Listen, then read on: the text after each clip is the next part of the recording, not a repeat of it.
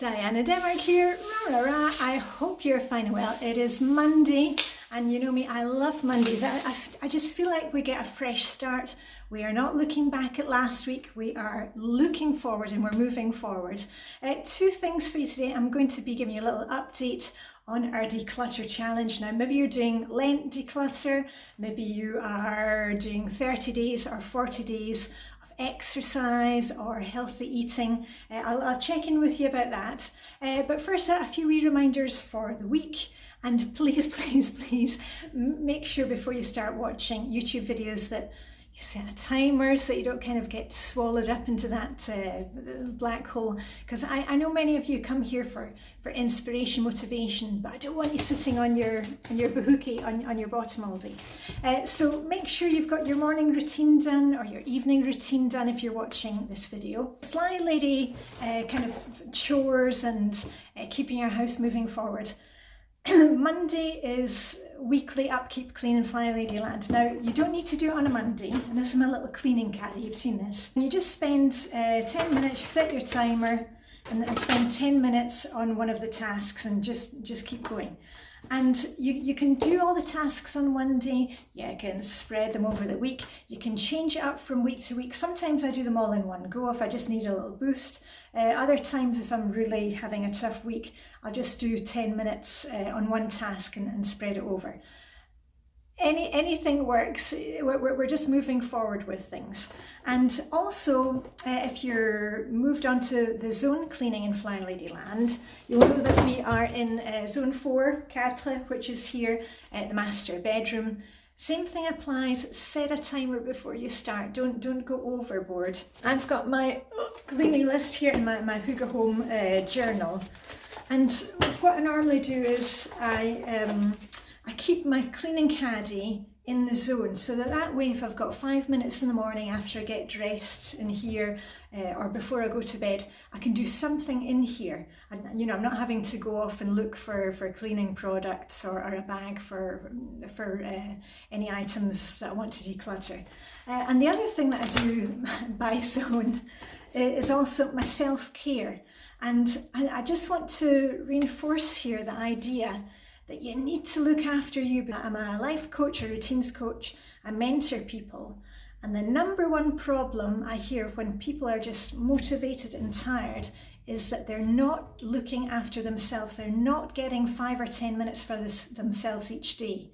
And once they change that, things really start moving forward for them. So I actually have zone ideas for my self-care just to keep it fresh. It's on my blog, dianedenmark.com. I'll put a link below. For example, you might want to put a little fresh bloom beside your bedside table, or use a special perfume that you've been keeping for a special occasion. You know what I was saying, every day is a special occasion. So just kind of ideas there. Also gardening by zone, ideas of things that you might want to stock up on in every day. Anyway, let's get on to the challenge. And I'm posting on Instagram what my declutter items are. So if you want to join in with us, look for me on Instagram, hashtag Diane in Denmark, and you can post what you're decluttering. Anyway, these are a few things from weekend. I was out in the garden, and this is our little flag from our playhouse. We've got a little playhouse at the bottom of the garden. And this is meant to be a really vibrant red and white Danish flag, Dannebrogs it's called. This one, it's time to say goodbye to this one. I'm not even sure what that looks like. It's kind of gone peach. So that is going, I've put the items in a basket here because it was my daughter's birthday at the weekend, and you know me, I love baskets. We use baskets for storage. Also, when it's somebody's birthday in the family, we put all the birthday gifts and cards in a basket and put it on the breakfast table. And that way everything's kind of in the basket and it looks hoogly. And then also when they've unwrapped their gifts, they can keep them all in the basket for a couple of days just to look at them, you know, like you do at Christmas. At the weekend, I was going through some things that I had here in the bedroom. And remember, you can declutter by Flylady zone, you can go randomly, go by the worst part in the house, whatever suits you. But I found all these glasses, you know, spectacles that I've had since I was a child, and I don't know why I've been holding on to it. I do know why I've been holding on to them, because for me it's kind of nostalgia and looking back, and then from when I was working at the Court of Justice in Luxembourg, the glasses that were then. And I've decided that, okay, now's the time. I'm going to hand them all on to our opticians, because they take them and they send them to people who need them. Just for a laugh, I'll put them on for one last time, and then I'll at least have the memory here on YouTube if I miss them. And also the kids' glasses, they've gone through their glasses, so there's quite a few pairs there. So the kids' glasses, those are going too. Okay, this is from Spectacles in Easter Road. Easter Road is in Edinburgh. So these are from a time when I bought them in Edinburgh. Oh my goodness, look at these. With the now, remember when these were in fashion? That must have been excuse me, like the mid 1990s, when they were very kind of geometric shapes. Okay, so that's one. Hold on, here's the next one.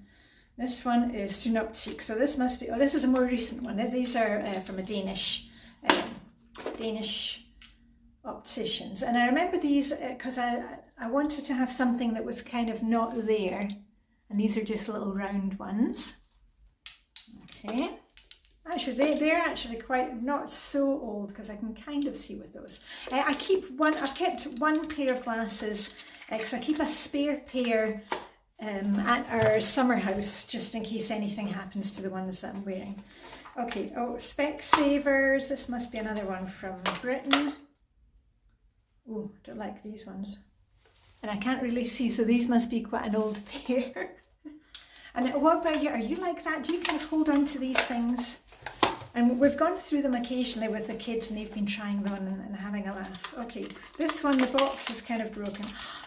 Now, this is from the end of the time that I was working in Luxembourg at the Court of Justice. So this must have been like 1997.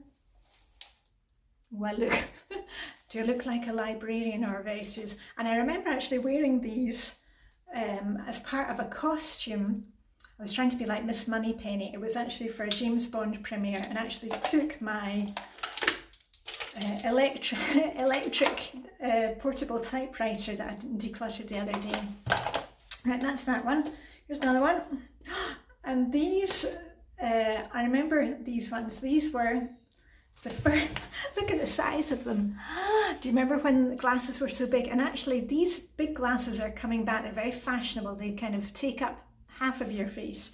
These are the ones, my first glasses at the Court of Justice in Luxembourg, which will be because I worked there from 1989 to 1998. And I've actually got pictures of me wearing this in the office, and I've got all the filing cabinets behind me. Right, okay, so there's they're going. Whoa, feeling a bit lightheaded with all these glasses. And more, what's this, De Bijenkorf? Anybody in Holland remember the De Bijenkorf? De Hema? Okay, these are round ones.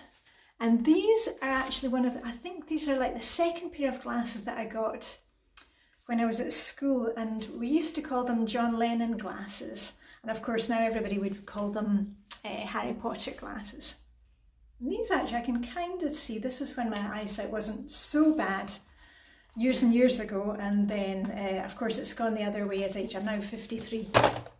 Right, and I don't know why we've got this from Iceland. Well, here, anyway, that can be decluttered as well. And there were various cleaning cloths and a couple of these glasses holder. Now, I never wear those. My husband sometimes does, so I'll see if he wants those, but otherwise those are going out as well. So, and how are you getting on with your 40-day challenge? Are you doing exercise? I've been keeping up with my daily exercise. I did a 35-minute run at the weekend. Woo! Go me. If you have followed me for a while, you know that I keep my daily exercise, I keep the bar very low to ensure that I actually get it done. And my daily exercise will either be a run in the village, I just put on my running gear and head out the door. It will be a bike ride. It will be a walk with a family in the park. It'll be a swim in the sea. I'm a winter bather, and I skinny dip in the sea all year round. or it will be some kind of form of exercise here in the bedroom. You know, I'll do a little weights workout or a kind of yoga stretching before I go to bed. And I just keep it really, really simple. And that way I get it done and I can actually build on things. And that's what has happened with my running, because I started out by just saying, you know, I only have to go out for 15 minutes and just, you know, put on my running shoes, get out there. And I've been slowly building up, and now I'm running 35, 40 minutes. And that to me is incredible, because I'm not a natural sporty person, but I need to be active. I'm very active. And now I can feel in my mood, if I'm not getting my daily exercise, my fresh air, getting outside, it really affects my mood and how I interact with the rest of the family. So if you're not getting your daily exercise, or if you're not getting out there, please just, you know, set a timer for 5 minutes, get bundled up. There's no such thing as bad weather, only the wrong clothing, and just get out there. So anyway, I'm telling you to get out there, and I'm going to get on here and get on with my day. Oh, and a wee update, and I mentioned to you I'd booked flights and looking forward to going to see Mum for her birthday. And of course, last week I heard from the airline that they had cancelled all the flights to Edinburgh, and I was kind of down in the dumps. But I've checked, there's another airline who are still running flights. Keep your fingers crossed, at least at the moment. So all being well, I'll get to see Mum in May, but we won't count our chickens before the hatch. But anyway, I hope you have a fantastic day. All I've got left to say is live long and prosper. May the Danish hygge be with you, and I shall see you very soon with that rah, rah, rah. Okay, bye for now.